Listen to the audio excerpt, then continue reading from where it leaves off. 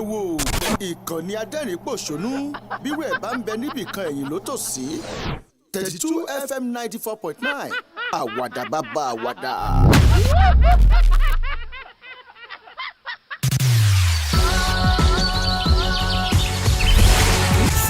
FM 94.9, filling the world with laughter.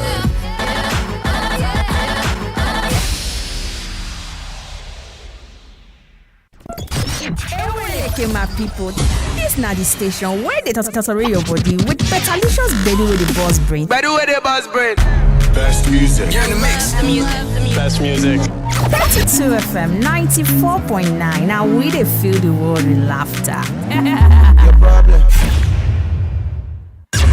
Hello, this is John Bennett from BBC Sports. You're listening to 32 FM 94.9.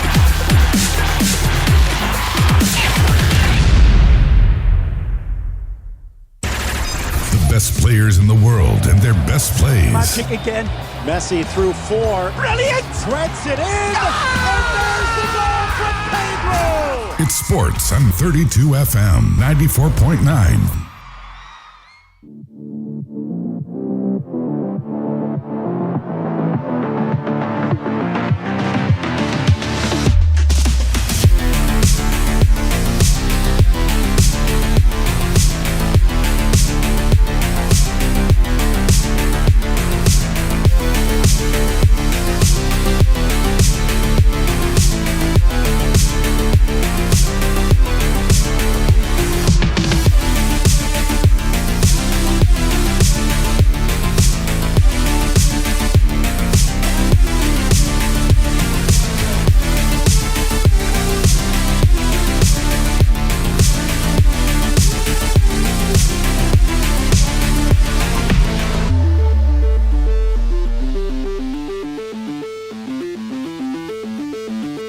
Right, welcome to Scoreboard Reloaded right here on 32 FM 94.9. It's the Friday edition. We'll say thank God it's Friday. 27 minutes before the hour 4 on the PM side. Today, the 20th day in the third month of the year 2026.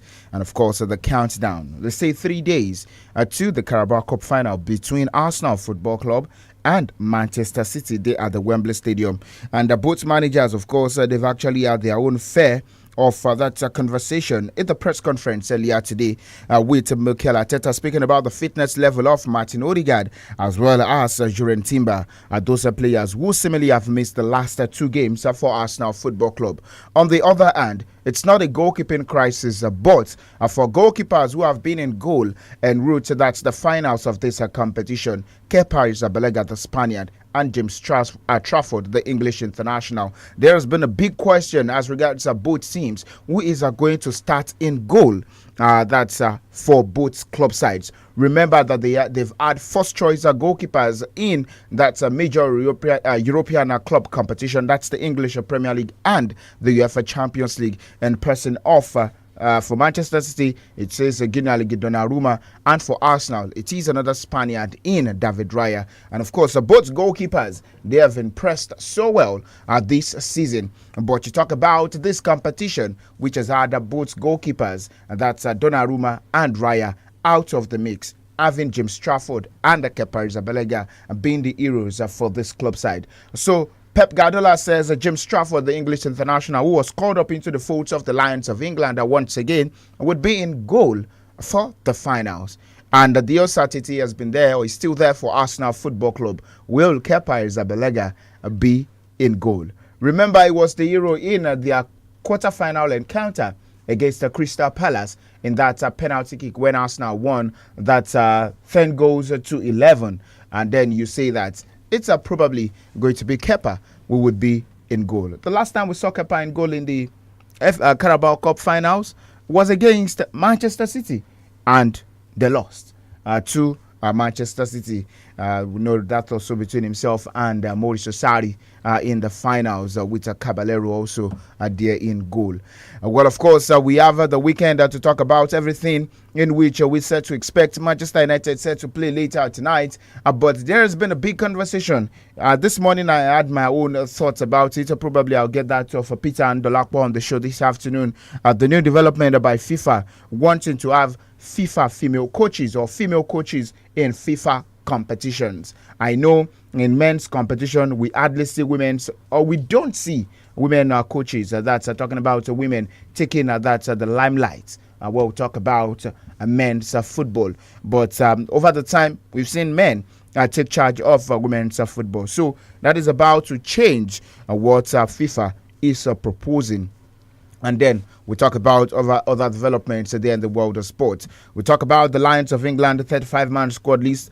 Still notes Trent Alexander-Arnold. But to talk about the guys who have been recalled into the folds of the Lions of England. Maguire, one of those players. Fikayo Tomori, one of those players. All also is one of those players. But for Arsenal Football Club, they have 4 of their players called into the folds of the Lions of England. Declan Rice, Madueke, Eberechi Eze, Bukayo Saka. But the big question mark as regards all of these teams are, were the players said to be on the plane to the FIFA Men's World Cup?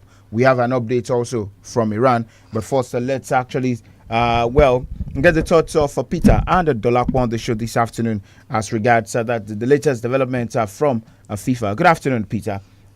Thank you for having me. Good afternoon. And of course, don't forget it's a public holiday, so I hope everyone is, taking time to rest, though we have a job to do. You are here to serve them better.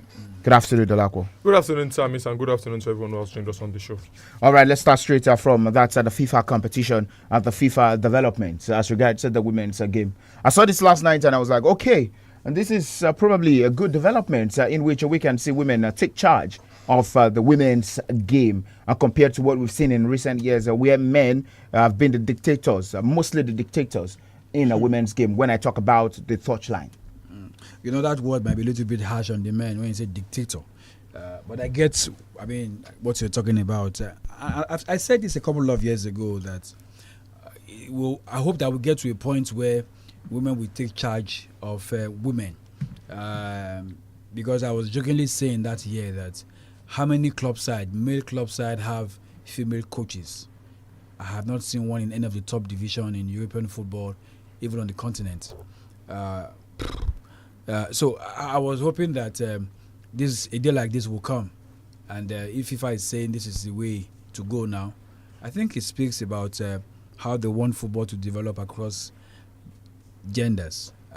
Wait to see how national teams will react. If you don't have a female coach, you should have a female assistant. So I think we're gradually getting there. Now we see women officiating men's game, right? Yes. That was a French woman who did the Super Cup between Chelsea and Liverpool a couple of years ago. The French woman, and you can't bring women football on the global scene and you'll not see that French woman taking charge. Stephanie, that's her first name, if I remember well. So we'll wait to see what this implement will do. It will also hasten up for we back home how we just have to ensure that we have our women get involved on time in terms of their coaching license and all that. To see our national team coach is a male. So SAMIES, how many female have won WAFCON? South Africa can boast of one. They have a one. Yes. Morocco couldn't because they haven't. I'm not talking about the top teams on the continent. Okay. We've won 10. Yeah. So if we have to check the records, men have won it more than the women. And South Africa will be the first national team that will have on the continent. Yeah, exactly. England have got a woman. That's why I said this morning that advantage to some nations. Yeah. The Lions of England stole the Dutch woman. Don't forget it was Sarina Wiggins. Let me allow the DOLAPO also.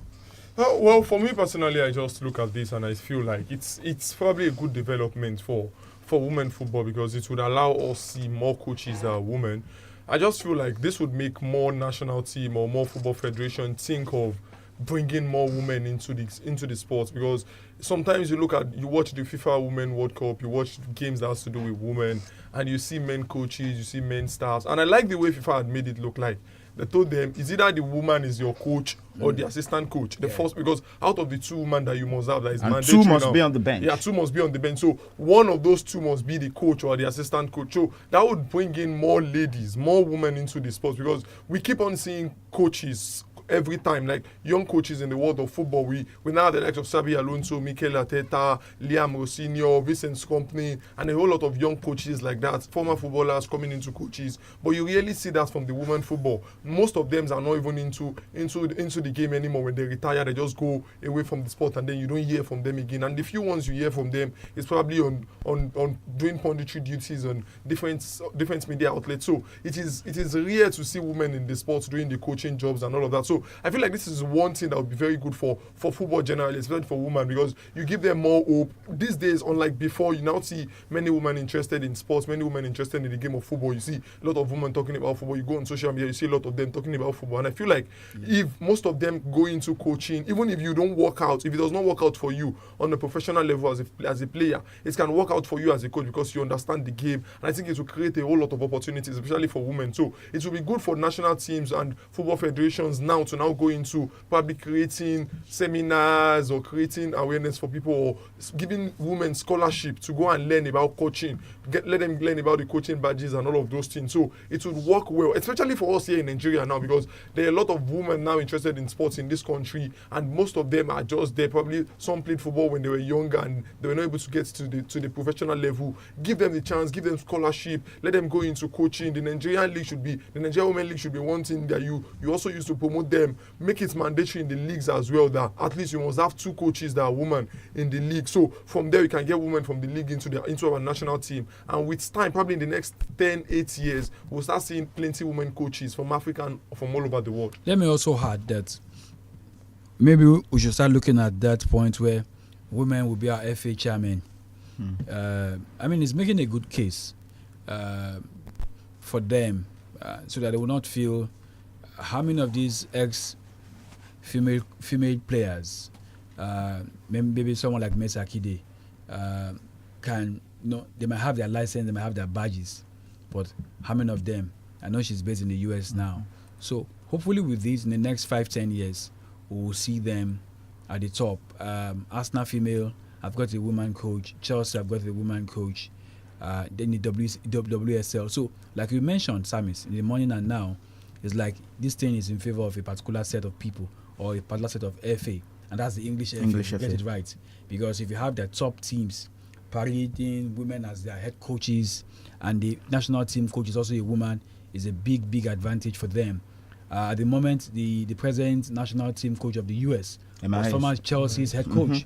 So you see how these things is going. It is we on the continent that will say we don't yet, but South Africa will say they're leading that charge. So like we're talking about them coaching, let's also hope that at the point in time also we'll see a couple of FA chairmen women come take that seat. We saw 32 nations at the FIFA Women's World Cup, and 12 of those nations had women's coaches at the Women's World Cup. But for this one now, 12 out of how many? 32. That's not bad. It's not bad. So 20 fell. Yeah, that's not bad. And then you actually say that every team in FIFA Women's Football tournaments must include at least one female coach, head coach or assistant coach following the introduction of the new regulations, and the requirements will come into effect during the Under-17s and the Under-20s Women's World Cup and Women's Championship competition this year, heading also into the 2027 FIFA Women's World Cup here in Brazil. So it's about time Nigeria actually looks into that, because that World Cup, I'm very sure that the Super Falcons will be on the plane to Brazil, compared to what the boys definitely have done to Nigerians. But we talk about the World Cup now. I like your assurance. The Super Falcons, you can depend on the Super Falcons. They are reliable. The Super Falcons, the D Tigers, sure banker. They are reliable. Those two are reliable. You can take those things to the bank, right? You can take them to the bank. And it's actually a good thing that the pledge has been redeemed to the D Tigers. We saw that redeem Falcons, because some of us have they've not done that of the Falcons. They've done that of the Super Eagles. They've done that of the D Tigers. Because some of us have shares in that one. Yeah, we know. To pay those girls, we have shares. WAFCON winning journalists. Yes, we have shares in that one. We do all of that. So for the World Cup, Iran, they said they will boycott the United States, but not the World Cup. That's according to the president of the country's football federation. And Iran's participation at the finals, which have been hosted by this summer by the US, Mexico, and Canada, has been cast into doubt after the United States and Israel launched airstrikes on the country. But that's at the end of February. Remember, last week or 2 weeks ago, it was that conversation about Iran not wanting to be at the World Cup. But now mouths have changed. The words of mouth has changed that they will be at the World Cup. But the big issue for them is playing their games in the United States of America. That's right after the comments made by the US President Donald Trump. I just think it's not just safe for them to go into that country to play in the World Cup. Even it's not safe for them to go to Mexico or even to go to Canada as we speak. Is that in the World Cup? I don't know. I just feel like it is just about FIFA doing something, if it's possible for FIFA to do something about this war. When I was younger, I've heard the story of Didier Drogba stopping war himself because of football. Yeah. I've seen different stories. But I feel like we need to find a way to end this war before the World Cup starts. Because it's not going to be fair for them to have qualified. It's not just ending the war. The war will likely end in the next few weeks if you follow this event. It will likely end in the next few weeks before the World Cup starts. It is what has happened before the World Cup. You go into a country and you kill the Ayatollah, they call it in Iran, and you think they will lie low. They won't lie low. That's why I'm saying all of this. The man who have got the big headache is Gianni Infantino. And for Iran, they also know that if they don't go to the World Cup, guys, they will miss. A lot. Revenue will be lost. Brands who have put money in it will also miss. I'm talking about local brands now in Iran, Tehran to be precise. They'll also be asking questions. They don't understand that, yes, these things come first before this one. So there's still a lot of time for them to have that discussion. Playing in Mexico might not be bad. I suggest it might not be bad because if you take Iran out of the World Cup, something will miss. And that will be, what do you do? Do you want to go for the next team that finished behind them at the World Cup in that region? A country that is writing petition. Or you want to write petition? That's not possible. You're talking about petition. Good you mentioned this. The other team that also did, was it 1978 that Morocco won the nation? Guinea also said they're going to court. Because if you're doing that, okay, you have not had. If you are doing that to Senegal because they walk out of the pitch, Guinea also said the first time Morocco won the Nations Cup, they also walked out. Ooh. They are also going to cars. This is interesting. But that's not what I'm talking about now. It's about Iran. So let's see what Iran will do in the coming days. See if they can, at least mend fences with FIFA, not with the US. I'm not talking about that diplomatic whole thing. It's the US, the FIFA now. See how they can get a proper discussion with FIFA and see how they can get into it. That means the likes of Egypt and the other opponents will have to, maybe they will make arrangements where they were going to stay. The state they will stay in the US. That also affects a lot. Because FIFA now be saying, speaking to the other 3 countries, you say, you know what, I know you probably have a camp base already in the city you are going to play those games and all that. You have to switch. And guess what? FAs would have put a lot of money into cities, into training camps, into many things, even booking hotels and all that. And some also would have booked their flights in terms of visas. Egyptians want to, and other countries, I forgot the other countries now in the same group with Egypt and Iran, that booked visas, hotel and all that, and flight tickets. So what happens? Because these things are not that easy the way we're saying it, but the bottom line is that let's hope that not just common sense, that peace will prevail in these regions, and then we can see football back. It's not been the best, so I understand where Iran is coming from in all of this drama playing out in the last couple of days, talking about the Israeli, America, and Iran battles and all that. All right, we'll move away from that. I know probably we'll come tomorrow on the picture to discuss about the finals of the Carabao Cup. But we have one thing also that as regards the games are set to go down today. But I quickly want to ask you, Peter and DOLAPO, have you ever seen a Neymar Jr. as a top player or a world-class player? Yes. I've ever seen him as... Yeah. So my point is, DOLAPO is so affirmative. Yes. So you have to find a way to put him. But let's also be careful with how we go about polarizing this word world class. Okay. What do you other call it? World class or what do you call it? Because top since it was top players went from being world class anyway. Yeah. I'm a top player, but not world class. You're Didn't world get class. it. He said he's a top player, but he's not world class. You're world class. I was expecting you to react to that. Yeah, world class. Yeah, they play. So, but you know what? Since he was left out of the World Cup, the friendly games coming up, he has gone a little bit petty on social media. No, Him and his agents. It's called a penalty, right? A couple of nights ago in the Brazilian league, he has gone a little bit petty about him being omitted from the squad and all that. He's got the second chance if Carlo picks him. Just one more window. One more window. Yeah. He must do everything he can. Carlo is not the one you can chicken on, you can blackmail or use any kind of emotional stuff on. He's a top class coach. I maybe kind of them are feeling like Ryan from Bournemouth got a call up. If you're not fit, you're not fit. I don't think it's about. So when you put the word, putting the word world class, and yes, actually Neymar is. I asked the question based on the comments passed by so-called United legend that Wayne Rooney saying. When you use the word so-called, sound like you're not sure of him being a legend. Well, he is. Okay. Well, but again, it has to do also with the definition of that word. No. Many people you say is a Manchester United legend. Well, truth be told, is Theo Walcott the Arsenal legend? I don't think so. Hey, move on. Let's not get into that word. Because we'll have to put so Wayne Rooney said a lot of things, which includes Neymar not being a world-class player, and then talking down on the only FIFA Men's World Cup that has been hosted on the African continent, saying the 2010 FIFA Men's World Cup hosted by South Africa as the worst. Who said that? Wayne Rooney. Opinion. His opinion. Well, for me personally, he's entitled to. Yeah, he is entitled to it. But for me personally, what he said during that podcast was just, to me, he was on the African continent. He played at the World Cup in 2010. I've listened to a lot of. I think it was Italy. No, it was not. I think it was Germany. Germany. It was Germany. Argentina took Germany took out Argentina and England. Like Lampard scored a good goal that did not cross the line, and then if we didn't see, there was no VAR, there was no goal tech then. You remember that game well. I just think he's wrong with almost everything he said in that interview. Coming out to say Neymar is not as good as many players that are playing in the English Premier League, many of the English Premier League legends.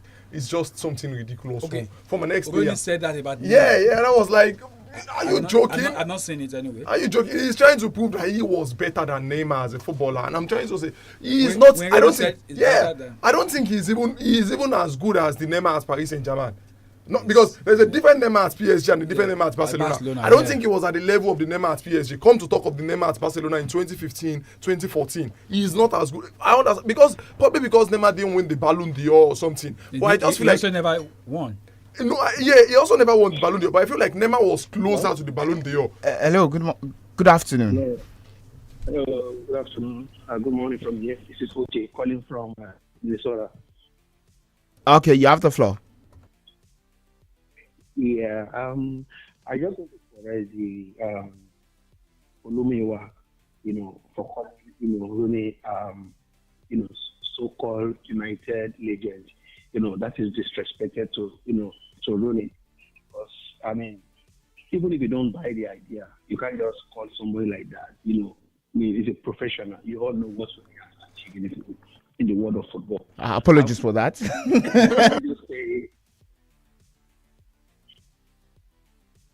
We are with you.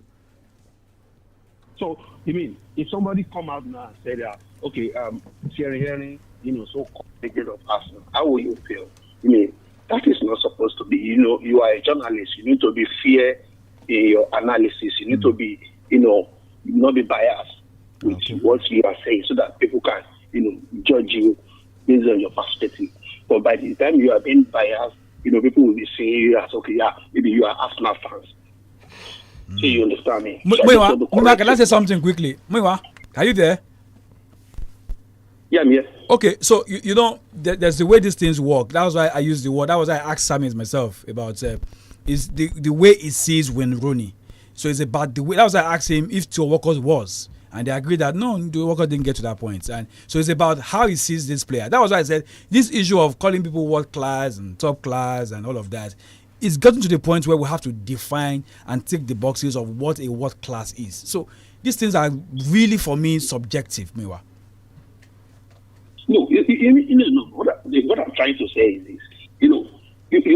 When he said that, the way you corrected him, was like, I mean, you said, you call him that something you are not sure of, being, legend. And, he corrected himself that, he's a legend. Maybe the DOLAPO, maybe somebody, corrected, he's a legend. You understand? You can't just say, so-called. Even if you don't agree with him, he's a legend of Man United. Yeah, you can say, we're running. You understand? Okay. But if you say so-called, all right. Okay. That is not true. Okay. All right. Thank you so much. Thank you so much, Miwa. But from what Miwa said, I don't know, the class of those players also, maybe a lot of people don't know. Tevez, are we going to say he's a world-class player or a Manchester United legend? So there's a difference between being a legend and being a top class Carlos, world-class player. It doesn't come into it. So you say that Gary Neville is a legend, but never a world class. For me, Gary Neville was a legend, was never a world. Because if you write the story of Manchester United, you can't take the likes of the Nicky Rhodes, the Gary Neville, the David Beckham, the Roy Keane, the Peter Schmeichel, all of it. They are all legend, but where they world class, it's a different ballgame entirely. So I say this is. I can come here and tell you the reason why I think Sir Walker is a world class player. Although somebody will slap me. Okay, so we are basically saying the Arsenal 045 squad. They are legends. They are all legends. You mean those ones who won unbeaten? Unbeaten, but they are not. Most of them are not. Not all of them are world class. They did what nobody has ever done. So you put them as legends. It doesn't make them the Centurions as well. Manchester City. You don't. Some people carry the tag of being a legend and of course being world class. Yeah. You get. So a Ronaldo, a Messi, you can put those two inside that box and cover it and say these ones. We don't need to argue about it. The numbers speak what they want. They are legends of the game. Yes, take them away from the national team or club that they played for. Look at the numbers of Messi, 900. Look at that of Ronaldo also. Crazy numbers. So these boys, they've done well, but some now begin to ask about was Eden Hazard a world-class player. I don't. He's a Chelsea legend. Legend? Is a Chelsea's legend? I don't know. I don't think so. He's a Chelsea's legend. Let's move on. That argument. Well, Manchester United is not. Manchester United. They are set to play later tonight. Since this conversation just centered around Manchester United, they were up against that's Bournemouth at Vitality Stadium later tonight. So, what do you expect from this game, Bruno Fernandes? We're expecting another top performance from him. He's eyeing to break up at the 20 assist mark by Kevin De Bruyne and Thierry Henry. What's he on now? He's on 19. He's on 16. 16. With about 8 games to go. Is that what he's interested in? I think so. No. See, his impact influences Manchester United's results. That's what I'm saying. Is that what they're interested in? Because I know people have played over 40 games. They've not played 40 games. They're not good. But they don't have the numbers. Tonight, another assist, but he's not winning tonight. I don't think this one will go there. With Bournemouth at home, might be tough. United might be maybe not get this one, but I think Bournemouth might get the point or even get the maximum point tonight. All right, the other centers also would see Villarreal. They would be up against Real Sociedad. In Germany, RB Leipzig against Hoffenheim, and in the Italian Serie A, 2 games. Cagliari will be up against Napoli and Genoa against Udinese. And in France, Lens will be open to go top off the French Ligue 1 with a victory later tonight against Angers. The UEFA Women's Champions League games, quarterfinals, set to go down tomorrow. We would see a London derby in the quarterfinals of the Women's Champions League. I'm SAMIES, your sports captain. I've done this alongside Peter and DOLAPO. Do enjoy the rest of the day and bye for now.